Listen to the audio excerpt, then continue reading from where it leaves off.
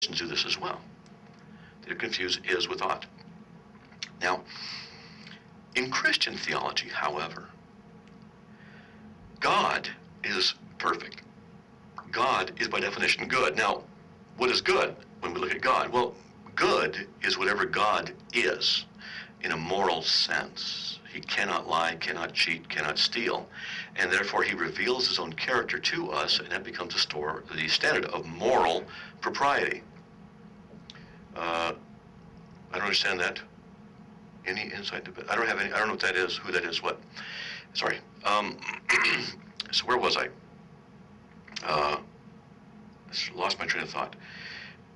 So anyway, it is with ought. So, but God, our morals as Christians is based upon what is the character of God. See, the reason it's wrong to lie is not because society says it's wrong, but because God cannot lie. Therefore, lying is an objective, absolute standard of moral judgment. We then have a standard, and if we were to say that someone were to lie, well then we have a problem and say that is wrong, you should not do that. Very simple, very easy. And so with Christianity we have the ability to have an objective standard as revealed in the character of God. Now when God says this is what ought to be, he's saying this is what ought to be based upon his character, based upon his nature, based upon his essence, since he knows all things actual and all things potential, that is, all things that do exist and all things that might exist and all combinations. And since his character is holy and perfect and pure, his revelation to us about what is good necessarily carries with it an ought. Because if it is good and proper that no one lie, then we ought not lie. This way we're not confusing is with ought, because the ought is a result of the character of God with a moral imperative associated with the truth. How would you determine what is true in the statement, most people prefer chocolate over vanilla? You do a scientific study. You poll a representative number randomly of a society, and you find out 76% of the people prefer chocolate over vanilla. Great. Then we say most people don't prefer. That's a scientific study. Where's the moral imperative that goes along with it? None. Now should we pass a law? Vanilla is outlawed? Vanilla is bad because most people prefer chocolate? You'd say, of course not. That's stupid. But the atheist will come along and say, most people prefer not to be harmed. Therefore, you shouldn't harm people. Well, that's stupid. Why? Well, they don't like to be harmed. So, my children don't like to be harmed physically when they do something wrong. But they get disciplined all the same. If harm is bad by definition, then I would never be able to discipline my children. The atheistic definition and the atheistic problems here becomes very evident.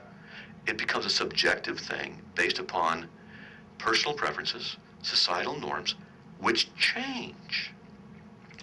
Can a system of moral development that contradicts itself over a period of time be true? Because truth is non-self-contradictory. Truth does not contradict itself. What if a society says at one point XYZ is good, and at another point XYZ is bad, and it's the exact same thing? Which is true? How would you determine? You don't. Who's to say that the atheistic-based system in the Soviet Union in the 1900s, which killed minimum 20 million people, who's to say it was wrong? Well, God certainly can. But could an atheist say that it was wrong? Well, they say it would cause too much harm. That's confusing is with ought. Should they not have done that? Should they not have killed all those people? That's right, they shouldn't have. Why? Because it hurt them. You're begging the question. You're assuming the thing to be valid that you're trying to prove. Harm is bad. They shouldn't harm people because it's bad. Well, it's called circular reasoning. They complain. We say the Bible's true. Why? Well, God says the Bible's true, and we believe because the Bible's true. That's circular reasoning, and they reject it. But yet they have no problem. I say, well, good is what reduces harm. People don't want to be harmed, so don't harm them. That's circular reasoning. Why? They don't like it. That's why you shouldn't do it. Why? They don't like it. Why? Because they say they don't like it. So they have a double standard. See, the atheist has got a major, major philosophical problem. He's not able to rationally and righteously designate what really is the standard of what is good, by which he can make moral judgments. The best he's got. The best he's got is his thinking opinion. Is he entitled to his opinion? He certainly is. Is he entitled to impose his opinion upon you? What justification does any atheist have of arguing his moral point of view as being superior to yours? Because the implication is that there's an ought that exists outside of his statements, or there's an ought that is naturally existing inside his statements, which implies a nature of truth separate, or, well, you can make the case, related to the self-evident truth of the statement. And that this is why, because that's what it is, but that's why we ought to live. You see, they don't really have any way of determining anything of any objective moral standard. They don't. They make the mistake of confusing is with ought. And they stand up boldly, insulting the Christians, saying that God is capricious, God is arbitrary, God kills people. I love to do this with atheists. They'll call me up, they'll say, you know, God killed the Midianites and the children and everything. And I'll say, so, what's the problem? Well, it's wrong. Why is it wrong? Well, because he killed them. Wait a minute. Why is it wrong that he did that? Because he shouldn't have done that. Why shouldn't he have done it? Because it was wrong. Why? Because it caused harm. Why is it wrong? Because he shouldn't harm people. Why shouldn't you? Because it's not right. How do you know? Because I'm saying so. Go away. That's what it really comes down to with an atheist. They don't have anything of any intellectual substance to offer us except pragmatism. It works.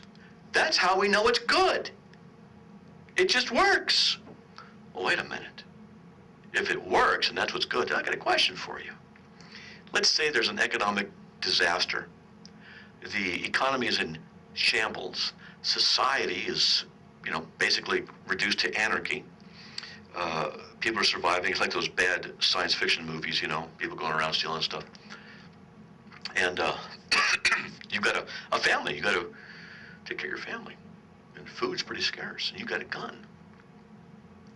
Well, then, you see an opportunity to steal some food from somebody at gunpoint to provide for your family. Ought you do it? Should you do it, Mr. Atheist?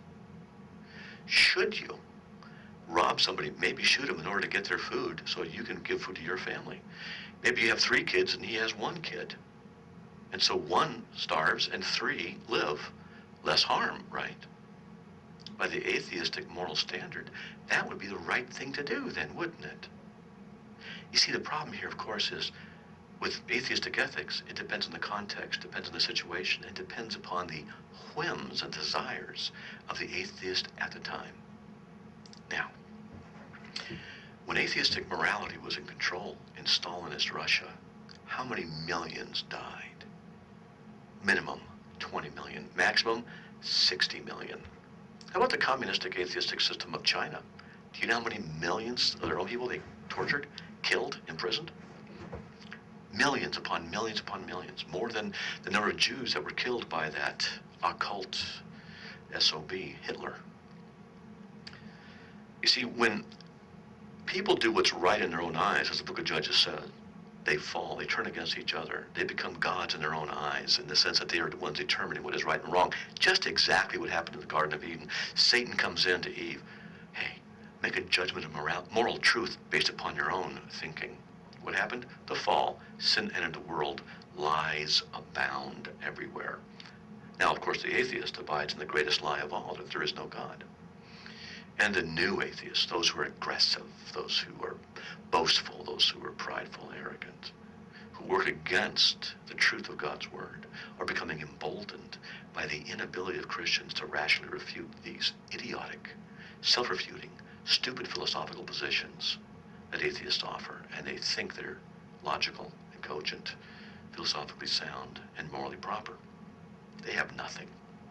And I'm just helping you to see that. Atheism is nothing. It's got nothing, because it is nothing. Hey, folks, look, it's 6:34 now. If you want to call in, please do. I know you're listening.